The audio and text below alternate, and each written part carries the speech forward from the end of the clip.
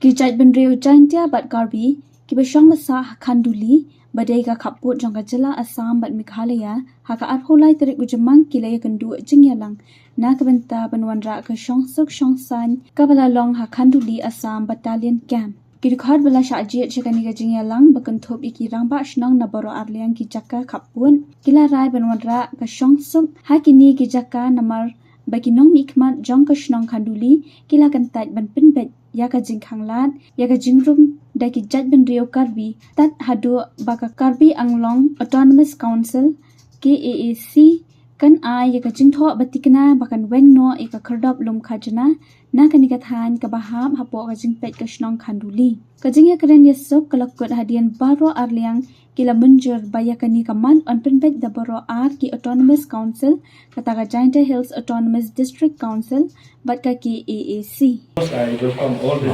delegations from the a peace for both the countries. And what is our target today? Just to inform both sides, don't talk about this related to this border issue and all, because this is not the issue of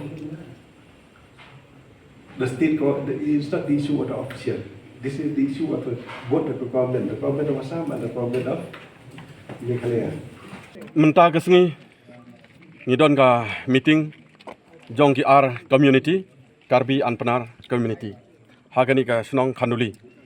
bat ngi penpau ke jingkemen ba na ka ar magistrate West Karbi Anglong bat West Jhadc district kele don lang na ka banta kane ka jingya kren ya ka jingya chongsuk chongsan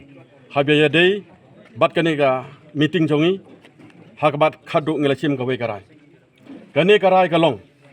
ba hadu ba nagaliang ka Karbi Anglong Autonomous Council kin sa ayangi ka official assurance letter na ka banta ba ki la remove ya ka tak gates hangde ha khanduli bat ngin sia kendo ha ka next meeting bat ngila rairu ba nagaliang jongi kum ki baswang basa ha ka than khanduli area ngin sia kendo ya ki MDC jongi na ka banta ban pressurize nagaliang ka board council ban ya keren bat ki board jong ka Karbi Anglong Council ban weng kloi ya kane ka tax gate khnang ba ka chongsuk chongsan ka lek kawan ka rep karyang kan long kumbaju long